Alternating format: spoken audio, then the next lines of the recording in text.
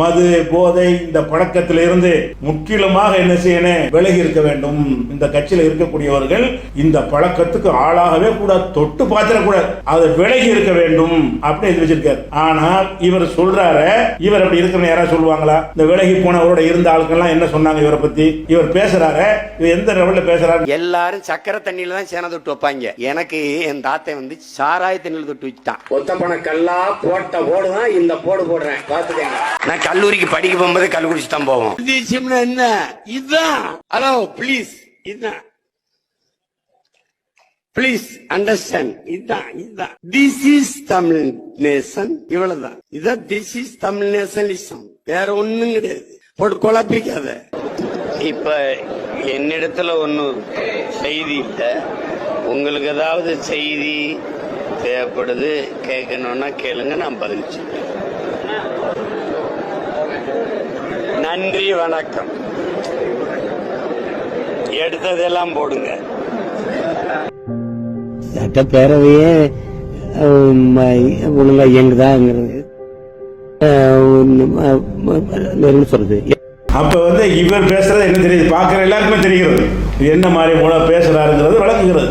மது ஒழிக்கிறாராம். மதுவை நீ ஒழிச்சிய வாழ்க்கையில எத்தனை பேர் சாட்சி இருக்கிறது? மது அருந்தக்கூடாது கொள்கையை வச்சிருக்கிற மக்களை ஏமாத்துறதுக்காக வேண்டி எப்படிப்பட்ட கொள்கை? மதுவை ஒழிக்க போறோம்னு சொல்லிக்கிட்டு அப்ப நீ வந்து மதுவிலான்னு மேந்துகிட்டு இருக்கிற. அதை விட அவங்க வீட்டுல வந்து வேலைக்கு ஆள் வர மாட்டேங்கிறாங்களாம். இதுல இந்த 100 நாள் வேலை திட்டம் வந்ததுனால விவசாயத்துக்கு யாரும் வரமாட்டேங்கிறாங்களாம். இவங்க அம்மா என்ன செய்வாங்களாம், 200 ரூபாய் கூலியோட குவார்டர் ஒண்ணு கொடுப்பாங்களாம். 2 பெட்டி இறக்கி வச்சிருப்பாங்களாம். வர்றவங்களுக்கு கூலி தொழிலாளர்களுக்கு என்ன செய்யறாங்களாம், இவங்க அம்மா வந்து ஒரு குவார்டர் சேர்த்து கொடுப்போம். குவார்டர்னா அந்த குடி பாட்டில், சாராய பாட்டில் ஒரு அளவு காசும் கொடுத்து குவார்டர் கொடுத்தோம் எல்லா வேலைக்கு வர்றாங்க. இதை சொல்றாரு பாருங்க. என் ஊர்ல நீங்க நம்புறீங்களோ இல்லை, என் ஊர் நிலைமை என்ன தெரியுமா? எங்க அம்மா பாருங்க 250 ரூபா கூலி கொடுக்குறாங்க, சிலருக்கு 300 ரூபா. ஆள் வர்றதில்லை. ஆனா சீமா வீட்டுக்கு போனா அப்புறம் என்ன தெரியுமா சொல்றதுக்கு நான் வைக்கப்பட்ட ஒரு குவார்டர் கூட கொடுப்பாங்க. எங்க அம்மா வந்து கெஞ்சிய எப்பா அது கொடுத்தா தாப்பா தானே வர்றீங்க, எந்தையாவது பண்ணி விடுப்பான்னு நான் எங்கள் அண்ணன்ட்ட பேசி அண்ணன் ஒரு 4 பெட்டி அனுப்பிவிடுங்க. அது எங்கள் அம்மா வந்து இந்த 300 ரூபாயோட ஒரு பாட்டு.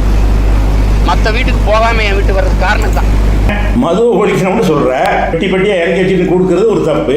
இரண்டாவது அந்த குடிக்கிறவன் என்ன செய்யணும், ஏன்டா குடிக்கிறீங்கன்னு அவன் குடிச்சா கூட போய் சொல்லி திருத்தணும். ஆவணத்தில் எழுதிக்கிறார். திருத்தணுங்கிற ஒரு ஆள் வந்து மதுவை நெருக்கக்கூடாதுன்னு எழுதுவோம். எங்களுக்கு தேவைப்பட்டா குடிச்சுக்கிடுவோம், எங்களுக்கு வேலைக்கு ஆளுக்கு தேவைப்பட்டுச்சுன்னா வாங்கி கொடுப்போம், ஊத்தி கொடுப்போம். அப்ப ஊத்தி கொடுக்குற வேலையை செய்வேன் பச்சையா சொல்றானே, நீ என்ன கொள்கைவாதி?